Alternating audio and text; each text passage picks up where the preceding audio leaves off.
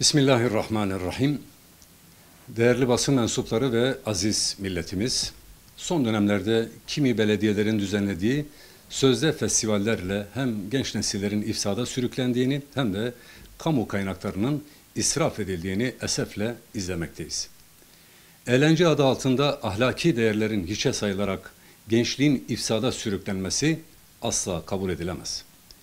Kültürümüze, sosyal dokumuza ve ülke ekonomisine hiçbir katkısı olmayan bu tür etkinlikler gençliği ideal, değer, hedef ve önceliklerinin tamamından uzaklaştırmaktadır. Öte yandan sözde özgürlük adı altında sapkın akımların savunuculuğunu yapanların gençlerin karşısına rol model olarak çıkarılması da tam bir aymazlık ve şuursuzluk örneğidir. Türkiye'nin ekonomik anlamda ciddi sıkıntılar yaşadığı bir dönemde eğlence adı altında düzenlenen festivallerde milyonlarca liranın çarçur edilmesinin izahı yoktur. Gençlerin maddi ve manevi gelişimlerine katkı sunmak amacıyla çeşitli etkinlikler tertip etmek gayet tabiidir. Ancak kamu kaynakları nesillerin ifsad edilmesi amacıyla kullanılmamalıdır.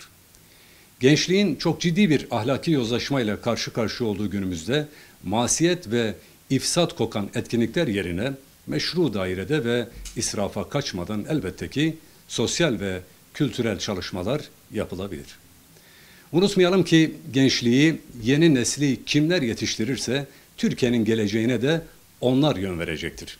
Geleceği inşa etmek ise ancak gençliğin ihyasıyla mümkündür. Gençliği işret ve safahat bataklığına sürükleyerek gelecek inşa edilemez.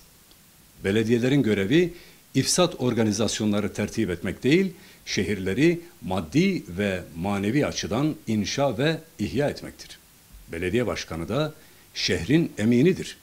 Hele hele nice insanımızın geçimini temin etmekte zorlandığı bir dönemde kamu kaynaklarını fütursuzca israf etmek eminliğe asla sığmaz. Değerli basın mensupları, son olarak başta belediyeler olmak üzere tüm kamu kurum ve kuruluşlarına çağrımız şudur. İçinden geçtiğimiz şu ekonomik darboğazda milletin malını gereksiz ve anlamsız işlerde kullanarak emanete ihanet etmeyin. Kamu kaynaklarını milletin temel ihtiyaçları için kullanın. Milletin ahını değil, duasını alın.